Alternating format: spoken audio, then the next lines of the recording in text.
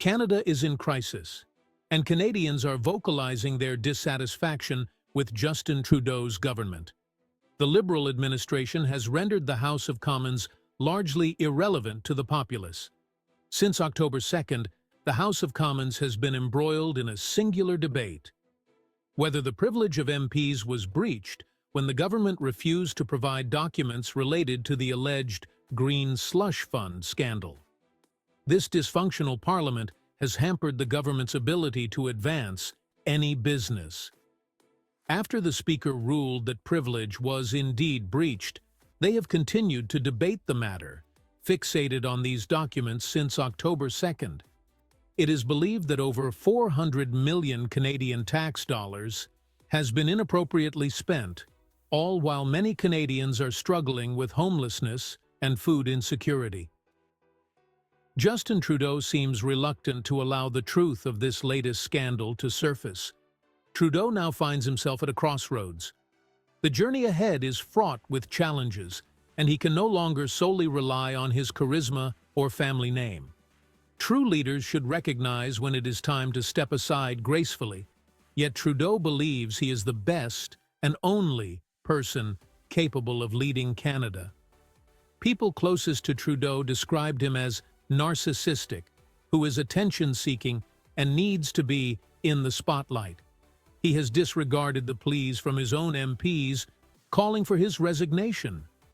With threats from a separatist party attempting to destabilize his tenuous hold on power, one must wonder what his next move will be.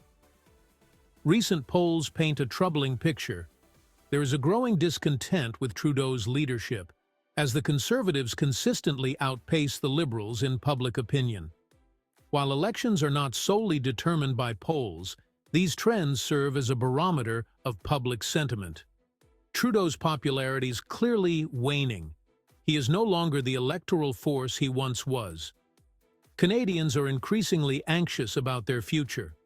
We are still grappling with the legacy of the pandemic, and we are now faced with multiple threats of foreign interference in our political elections, which jeopardize our democracy. Canadians seek leadership, someone who can inspire hope and present a vision for a better tomorrow. The next election will likely serve as a referendum on Trudeau's leadership and his vision for Canada. The Conservative Party, as the official opposition, senses an opportunity to capitalize on Trudeau's misfortunes. Conservative leader Pierre Poilievre has been relentless in his criticism, targeting Trudeau on economic issues, crime, and what he refers to as government overreach. Additionally, the Bloc Québécois, which advocates for Quebec sovereignty, poses a significant challenge. Jagmeet Singh and the NDP are playing political games that complicate matters for Canadians. They are perceived as holding the country hostage for their own benefit. The NDP's 25-member caucus is crucial in allowing the minority Liberal government to stay in power. Yet when Canadians voted for the NDP, it was not to support the Liberals. Singh's reliability in representing the people's interests is increasingly questioned. The Liberal Party, Trudeau's own political home, is starting to show signs of strain. Dissent that was once merely murmured in private is now being voiced more openly. Some members of the party are questioning Trudeau's judgment and leadership abilities, expressing concerns about his capacity to connect with ordinary Canadians. This once unified front is fracturing, exposing vulnerabilities that the opposition is eager to exploit. Affordability issues are a significant source of internal conflict. Housing prices have soared under Trudeau's leadership, making homeownership a distant dream for many families. The rising cost of living continues to exert pressure, and these issues resonate deeply with voters. The Liberal Party struggles to provide solutions, and Trudeau faces mounting pressure to address these challenges or risk alienating his base. Now is not the time to be distracted by the Trudeau government. If there is ever a moment to pause and reset, it is now. Collectively, as a nation, And as individuals, Canadians must demand more from those they elect to represent them in Ottawa.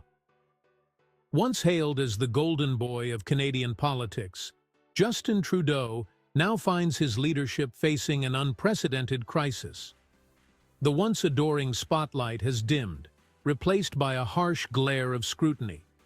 Pressure is mounting from both within his party and from external sources as Canadians grow increasingly disillusioned and frustrated with issues like the economy, the cost of living, and national unity.